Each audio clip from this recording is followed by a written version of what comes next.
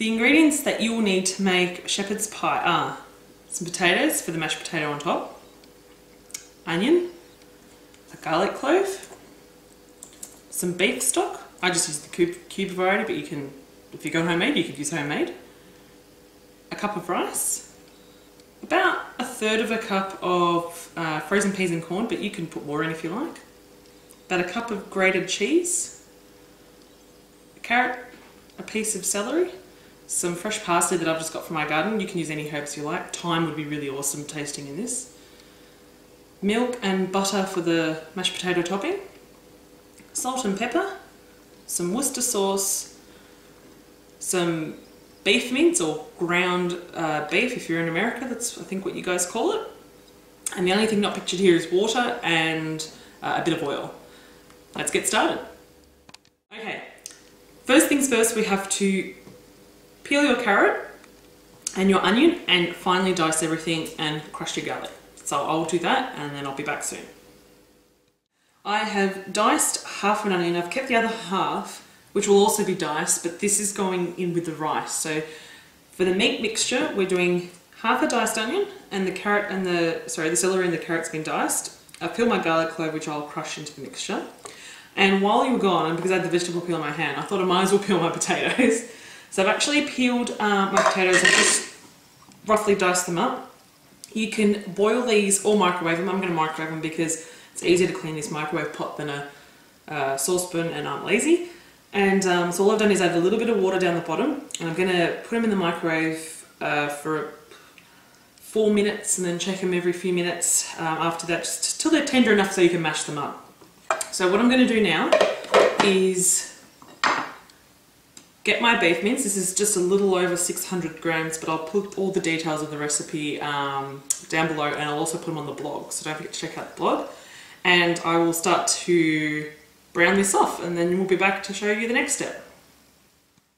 Your rice is going to need to be boiled, so I've got a pot of water on for boiling, and I'm going to boil it up till it's tender.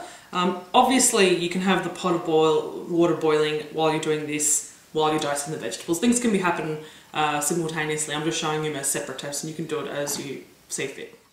Okay, I've actually started to brown the mince, you can see, but there's still pink bits. It's nowhere near cooked, and what I actually do, my preference is to actually add the vegetables now.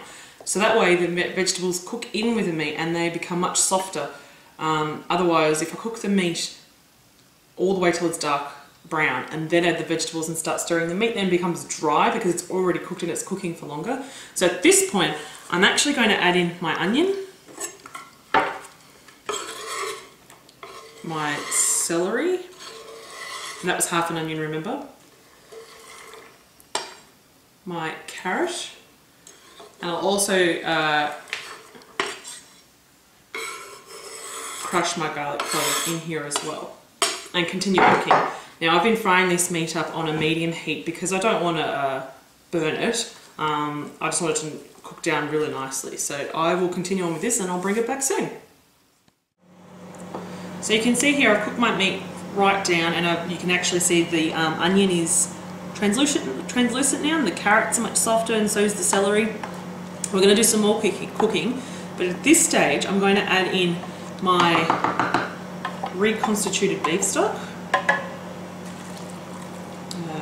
That won't put it all in, that would probably be enough, so it's probably 1.5 cups maybe. I will put in my Worcester sauce, just, you know, whatever you reckon, to be honest. I forgot to put this out at the beginning, but I actually put in a bit of tomato paste as well.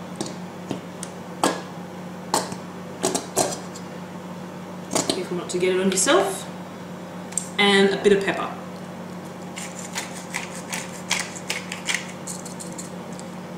I'm going to simmer this down a bit more, and then I'll come back and show you. The last thing we do is just stir in the peas and corn. You don't really want to cook the peas and corn, they're already cooked, and if I cook them for too long, they'll become grey, they'll lose their colour and their nutrients. So I will cook this down a bit longer, and then I'll get back to you.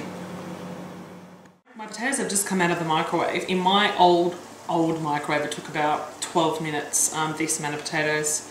I did buy the microwave when I was 16, so that's okay. Your microwave might do it much quicker. I've added in the butter that we had, and now I'm going to just mash them up, and I'll add some milk, salt and pepper. I also actually sometimes add in like a little bit of garlic powder. It just puts this awesome background flavour in. But that's your choice. You can put other things in there if you want as well. So I'll be back soon while I mash these up. In here I've got the other half of the onion that wasn't added to the meat mixture, diced and fried in a little bit of olive oil. I mean, you can see a little bit of oil there, but that's okay. It is olive oil, it's good for you, and it's going to help lubricate the rice. So it's become translucent, lucid, tastes awesome. Now I'm going to add in my cooked and drained rice. So I'll just add that in slowly. You'll come to know that I'm a bit of a messy cook, so if you see things flying out onto the bench, onto the floor, you'll know why. So now all I do is just gently mix this through. I will add a little bit of salt and pepper in here as well. It seems like I'm adding a lot of salt and pepper in, but I only add a little bit at each stage on each level, and that way when you take a bite everything has is flavoured. Otherwise, if you just take a bite of this, even though the onion tastes great, it's going to be quite bland. So I'll add a little bit in now, and then we'll be ready to put our shepherd's pie together. So I'll be back soon. So now we're going to assemble our shepherd's pie. Now this is no way a traditional shepherd's pie. I'm not claiming it is, I'm just saying this is how I like to make it, and it tastes great and it fills you up and it's affordable. So here I've got a baking dish. It's about 18 centimetres by 18 centimetres and probably about 6 centimetres deep. This does serve 4, and you look at this dish and you think this is tiny, but because it's so deep, it is actually quite a good decent portion.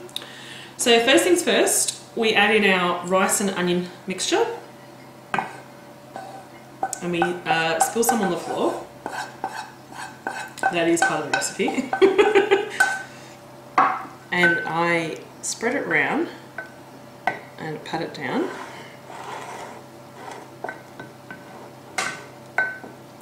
If you're going to have pastry at the bottom, you could. But rice is cheaper than pastry, so why not put rice in? It's better for you. You can put brown rice in, you could put wild rice, whatever you prefer. I'll just get that one out of the way. Then we put half of the cheese, the grated cheese. See, like, what shepherd's pie has grated cheese in it? None. But who doesn't like grated cheese? Then our next layer is the meat layer. I've got the mixture cooked here. All I've done is sprinkled on the chopped parsley and the peas and corn, and then I'm just going to mix it in. It'll cook in the oven if it needed to cook, but it doesn't because the peas and corn are cooked and parsley doesn't really need cooking. But it lightens it up, gives it a bit of colour, adds a bit more veg, which is obviously good for you. And it smells great. Trust me, if you could smell it, you'd be hungry. So I'll just put this mixture in.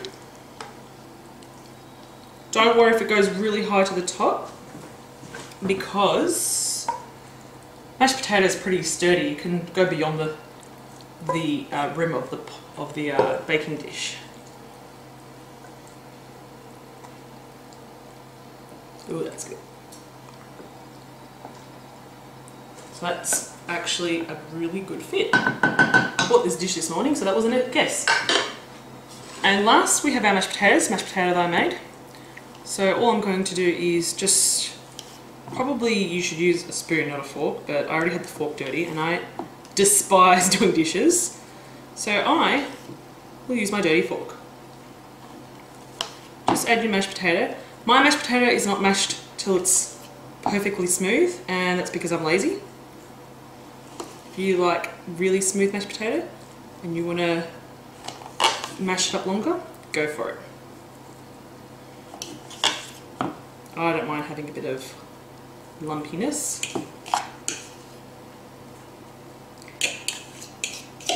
I just tell my family that's how it's supposed to be. They don't know.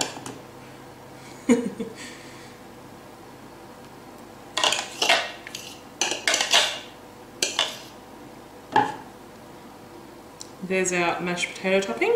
Oh, this is going to taste so good. And last but not least, the last of the cheese. Everything in here is cooked, so when I put it in the oven, it's just really melting the cheese, heating it through, and making sure all the layers are kind of, brought together. Don't worry about the cheese all around. I'll eat it later. Cool. Put it in an oven. I've got my oven set at about 180 degrees, just till the cheese is all melted and bubbling until it's heated through. We'll be back to show you the finish.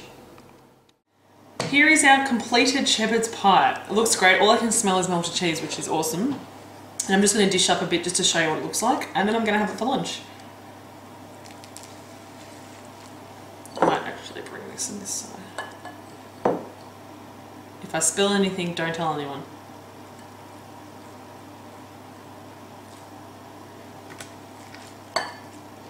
There's the rice, the meat. It's steaming hot. It smells great. The potato has a beautiful crust on top. Bit of crunch.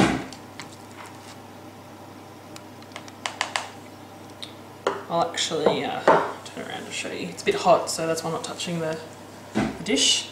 So you can see the layers, and it's fantastic, and it's filling, and that's a big portion. And look, I've still got more than 3/4 of it left. Enjoy!